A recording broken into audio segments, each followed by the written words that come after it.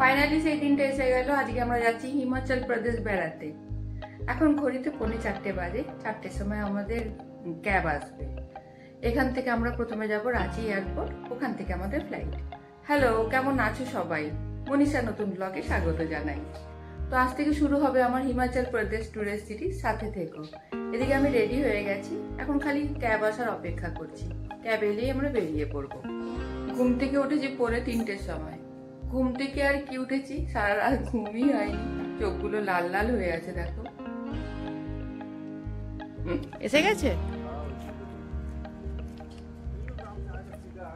ক্যাবওয়ালা। আমাদের ফ্ল্যাট খুঁজে পাচ্ছে না, তাই দেবী তোকে ডাইরেকশন দিচ্ছে। এত সকাল সকাল ঘুম থেকে তো ওঠা হয় না, বেশ ভালো লাগছে সকালবেলার বাজেটা। এখনো গরমটা সেভাবে পড়েনি, একটু একটু ঠান্ডা ঠান্ডা আছে। ভোরবেলা তো তাই। কাল রাত্রে যা টেনশন হয়েছে, সারা রাত টেনশনে ঘুমাতে পারিনি। সেই টেনশনের গল্প আমি রাস্তায় বলবো তোমাদেরকে। ক্যাবওয়ালা আমাদের ফ্ল্যাট খুঁজে পাচ্ছে না। দেবজিৎ একবার এদিকে যাচ্ছে, একবার ওদিকে যাচ্ছে। 9টার সময় আমাদের ফ্লাইট। আমরা একটু হাতে সময় বেশি নিয়ে বেরোচ্ছি। এত ভোরবেলা ব্রেকফাস্ট করা হয় না, রাস্তায় কোথাও দাঁড়িয়ে একটু ব্রেকফাস্ট করতে হবে, তারপরে এয়ারপোর্টে গিয়ে ওখানে একটু সময় লাগবেই। তো যাই হোক, সব মিলিয়ে আমরা একটু হাতে সময় নিয়ে বেরোচ্ছি। এলো,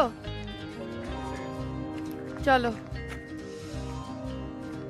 এই যে আমাদের গাড়ি এসে গেছে, চলো দুগ্গা দুগ্গা বলে যাত্রা শুরু করি।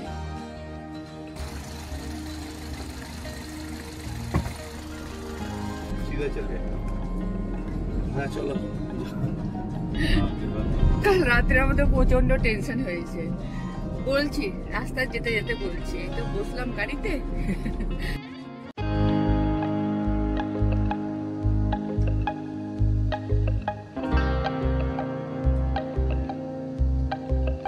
এখনো দিনের আলো ফোটেনি তো, তাই বাড়িতে পুরো ফুটফুটে অন্ধকার। এবার আমরা ধরলাম NH-33।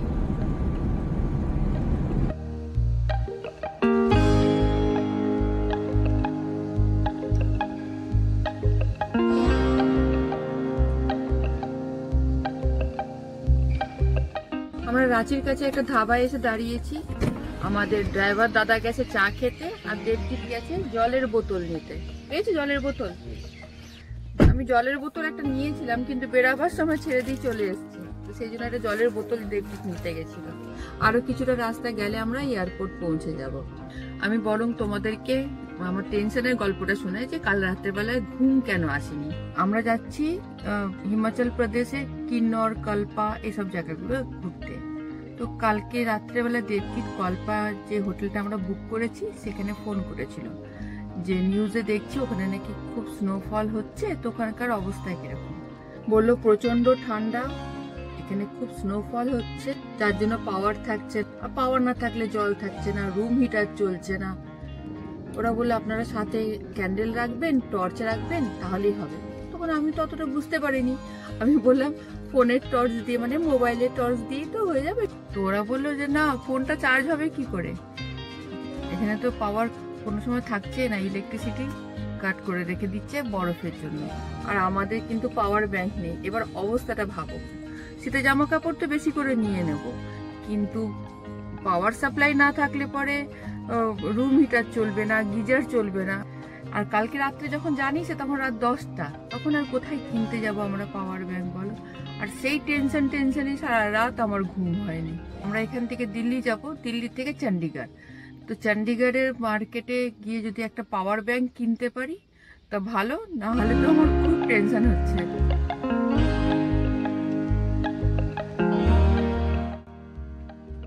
আমরা পৌঁছে গেছি এয়ারপোর্টে, এখন বাজে 6:30।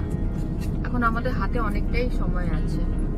আমাদের ফ্লাইট 9টা নাগাদ। এর মধ্যে আমাদের একটু ব্রেকফাস্টও করতে হবে। সকালবেলায় তো ব্রেকফাস্ট করে ঘর থেকে বেরোইনি, তো ব্রেকফাস্ট করে নেবো। হ্যাঁ, একটু এয়ারপোর্ট এসে গেছে, চলো।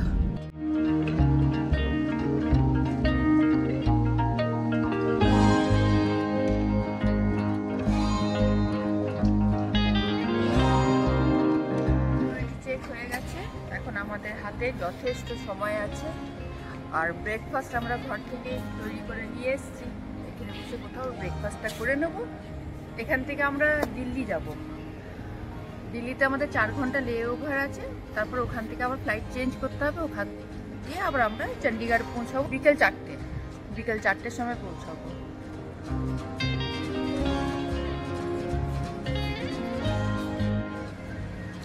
Johar emporium 25% discount.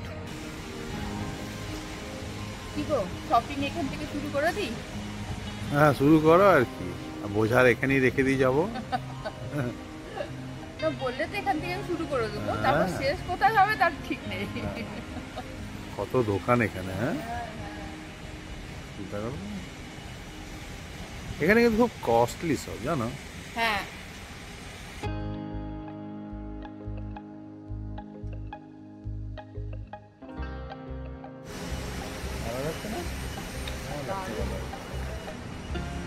সকালবেলায় ঘুম থেকে উঠতে কষ্ট হচ্ছিল, কিন্তু এখন তাড়াতাড়ি পৌঁছে খুব নিশ্চিন্তে বসে আছি। খুব ভালো সার্ভিস দিচ্ছে। দিল্লিতে 4 ঘন্টা লে ওভার আমাদের, দিল্লিতে আমাদের 4 ঘন্টা এয়ারপোর্টে বসতে হবে। হ্যাঁ, যদি আমাদের দিল্লি এয়ারপোর্টে না বসতে হতো, যদি আমরা তাড়াতাড়ি চণ্ডীগড়ে পৌঁছে যেতাম, তো চণ্ডীগড়টা একটু ভালো করে ঘুরে দেখা যেত। ঠিক আছে, আমরা 4:30-4:30টার মধ্যে পৌঁছেই যাবো। হ্যাঁ, 5টা ধরে রাখো। সবার আগে চণ্ডীগড়ে গিয়ে একটা পাওয়ার ব্যাংক নেব। চলো ব্রেকফাস্টটা করে নিই, তারপর আবার কথা বলবো। হ্যাঁ, খিদে পেয়ে গেছে। হ্যাঁ, নিয়ে এসছি আলুর পরোটা আর আচার।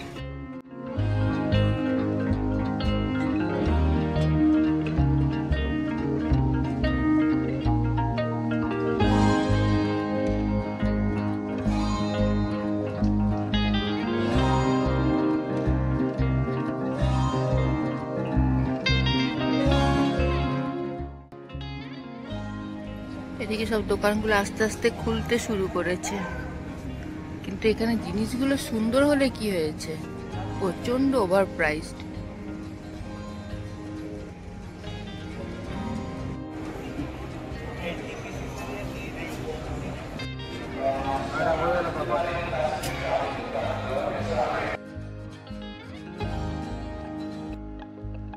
এয়ারপোর্ট চত্বরটা ঘুরে দেখতে দেখতে এরই মধ্যে কিন্তু আমাদের বোর্ডিং স্টার্ট হয়ে গেছে। আর আমরা তো আগে আমাদের লাগেজগুলো এয়ারলাইনকে হ্যান্ড ওভার করে দিয়েছি। দিল্লিতে পৌঁছে চণ্ডীগড়ের জন্য আমাদের ফ্লাইট চেঞ্জ করতে হলো, আমরা কিন্তু আমাদের লাগেজগুলো চণ্ডীগড়ে পৌঁছেই পাবো। তাই এখন একেবারে আমরা ঝাড়া হাত পা নিশ্চিত।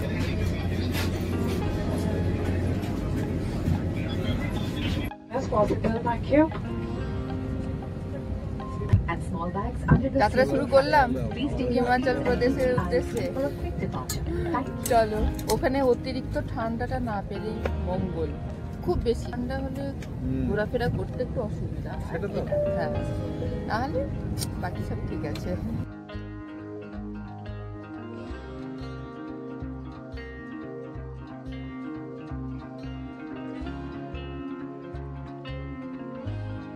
By inserting the metal tip into the buckle and tighten by pulling the loose end.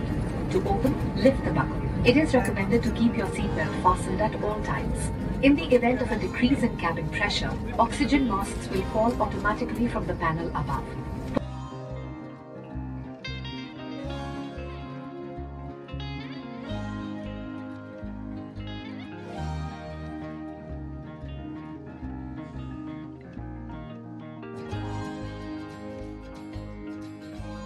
আকাশে উঠতে উঠতে চলো আমাদের ট্যুর প্ল্যানটা তোমাদের বলে দিই। আজকে 4 মার্চ, জামশেদপুর থেকে দিল্লি হয়ে আজকে আমরা চণ্ডীগড়ে পৌঁছাবো। আর আজকে রাতটা আমরা চণ্ডীগড়ে স্টে করব। কালকে 5 মার্চ চণ্ডীগড় থেকে আমরা চলে যাব সাহারান। সাহারানে একটা রাত কাটিয়ে 6 মার্চ আমরা সাহারান থেকে চলে যাব কল্পা। কল্পাতে আমরা 3 দিন থাকবো, 7, 8 আর 9। 10 তারিখে মানে 10th মার্চ আমরা কল্পা থেকে চলে যাব রাকচাম। 2 রাত আমরা রাকচামে থাকবো, 10 আর 11। 12 তারিখ সকালবেলায় আবার আমরা রাকচাম থেকে চলে যাব নারকন্ডা। একটা রাত আমরা নারকন্ডা কাটিয়ে তার পরের দিন চলে যাব আবার চণ্ডীগড়। চণ্ডীগড়ে একটা রাত কাটিয়ে আবার আমরা জামশেদপুরে ব্যাক করব। এইভাবেই আমরা কিন্নর কল্পা ট্যুর প্ল্যানটা করেছি।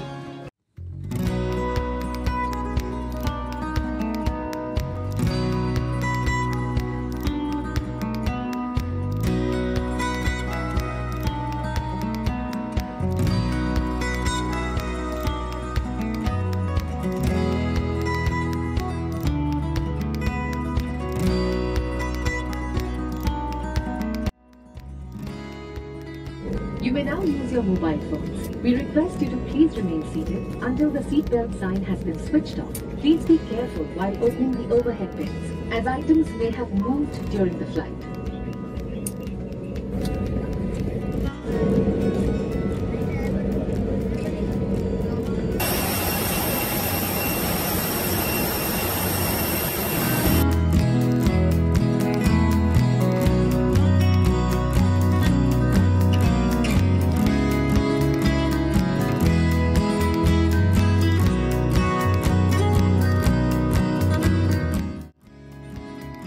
জাস্ট আমরা দিল্লি এয়ারপোর্টে ল্যান্ড করলাম, এরপরে আমাদের নেক্সট ফ্লাইট দিল্লি থেকে চণ্ডীগড়। এখন আমরা টার্মিনাল 3-তে আছি, তার থেকে আমরা টার্মিনাল 2-তে যাব। এখন আমাদের দেরি আছে প্রায় 3 ঘন্টা মতন। 3 ঘন্টা আমরা এখানে কাটাবো। লাগেজ তো আমরা ওখানে জমা করে দিই 2.5 ঘন্টা, না? হ্যাঁ, 2.5 ঘন্টা এখানে ঘুরে ঘুরে কাটাবো।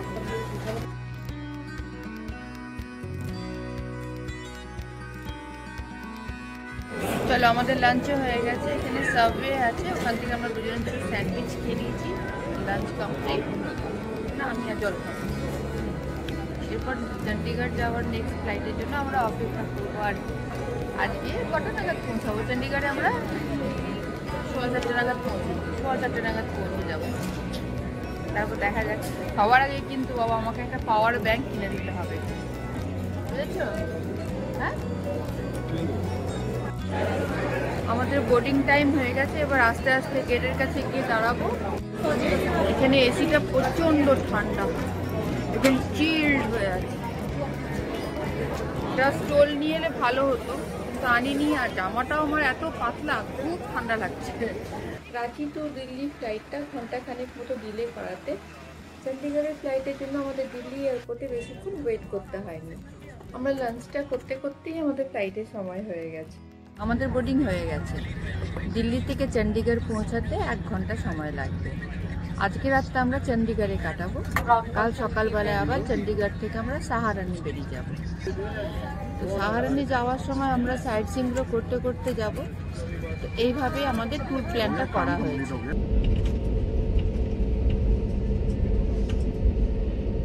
যেদিন কি যেখানে যাবো সবটাই তোমাদের সাথে শেয়ার করবো।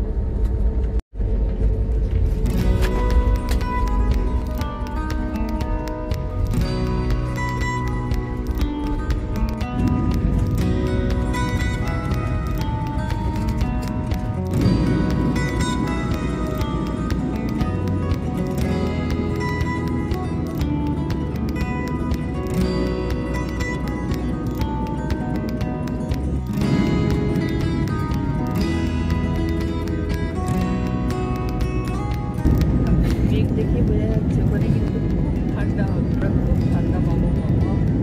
যাই হোক, আমাদের ল্যান্ড করার সময় হয়ে গেছে। এবার আমরা চণ্ডীগড়ে ল্যান্ড করব।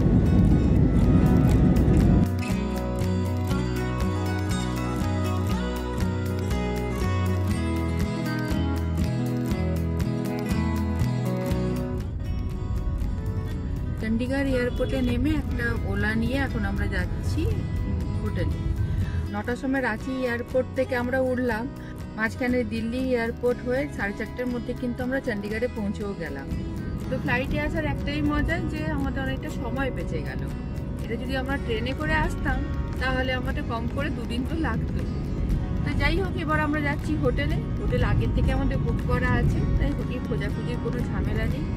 হোটেলে গিয়ে প্রথমে আগে একটা গরম কিছু করতে হবে। এখানে প্রচণ্ড ঠান্ডা, তারপরে মারাত্মক হাওয়া দিচ্ছে।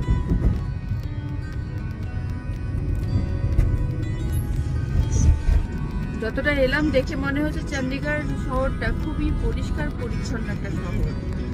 আর প্রচুর এখানে রাস্তার দুপাশে এত আম গাছ, শুধু আম গাছ, লাইন দিয়ে আমের গাছ।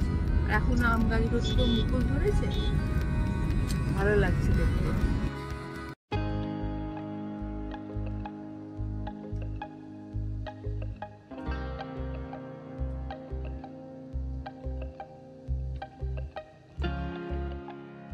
আমরা হোটেলে এসে গেছি। এই হলো আমাদের হোটেলের রুম। এখানে একটা বেড আছে আর এখানে একটা সিঙ্গেল বেড আছে। আজকে রাতটা কাটাবার জন্য এই হোটেলটা আমাদের ভালোই পেয়েছি। আর এবার যাবো একটু বাজারে, এখানে কাছাকাছি তার ভালো একটা বাজার আছে, সেই বাজারটাতে যাব। ওই পাওয়ার ব্যাংক একটা নেওয়ার আছে বললাম না, সেই পাওয়ার ব্যাংক নেব। তো জ্যাকেট বার করে নিয়েছি, জ্যাকেট পরে এবার আমি বাজার যাব। আজকে তো খুব টায়ার্ড আছি, সেই ভোরবেলায় উঠেছি। ভোর কোথায়, মাঝরাত্রে উঠেছি, 2:45-র সময় উঠেছি ঘুম থেকে। আর কালকে রাত্রে তো প্রায় ঘুমাইনি বলতে গেলে চলে। আজকে তাড়াতাড়ি ডিনার করে শুয়ে পড়বো। হোটেলে এখানে একটা ডিনারে কিছু বলে দেবো, ওটাই দেখছিলাম, তড়কা রুটি এইরকম কিছু একটা বলে দেবো, ওই খেয়ে নিয়ে তাড়াতাড়ি ঘুমিয়ে পড়বো আমরা। তার আগে একটু বাজার থেকে ঘুরে আসি। টুপি পরে না, ঠান্ডা লাগবে। আমি রেডি, এবার দেবজিৎ রেডি হয়ে গেলেই আমরা বেরোবো। মারাত্মক ঠান্ডা, আমি তো পুরো জমে গেছি। এবার উপরে উঠলে কি হবে, আমি তো সেটাই ভাবছি। আমাদের এই জ্যাকেটগুলো কাজ করবে? না না, আমি স্টোলটা আছে না, এই স্টোলটা নেবো মাথায়। ভালো হবে এটা? তো অল্টারনেট কিছু দেখতে পাচ্ছি না, কোনো উপায় নেই। প্লাস দেখো ইলেকট্রনিক্স তো ভাগ্যের উপর, হ্যাঁ ভালো চলে যায় তো চলে যায়। বাজারে এসেছি আমরা। এটা নেওয়া হলো পাওয়ার ব্যাংক। Thank you. হয়ে গেছে আমার কেনা। হোটেলের রুমে চলে এসেছি, এবার জামা কাপড় ছেড়ে একটু ফ্রেশ হয়ে নেবো, সেই সকাল থেকে তো চলছে। আর হোটেলে বলে দিয়েছি ডাল ফ্রাই, রুটি আর একটা মিক্স ভেজ, ব্যাস আর কিছু না, একদম সিম্পল ডিনার করবো আমরা। এদিকে দেবজিৎ ম্যাচ দেখছে, আর আমিও তাহলে এবার ব্লগটা শেষ করি। হিমাচল প্রদেশের আরেকটা নতুন ব্লগ নিয়ে খুব তাড়াতাড়ি তোমাদের কাছে চলে আসবো। ততক্ষণ তোমরা খুব ভালো থেকো, আনন্দে থেকো, টাটা।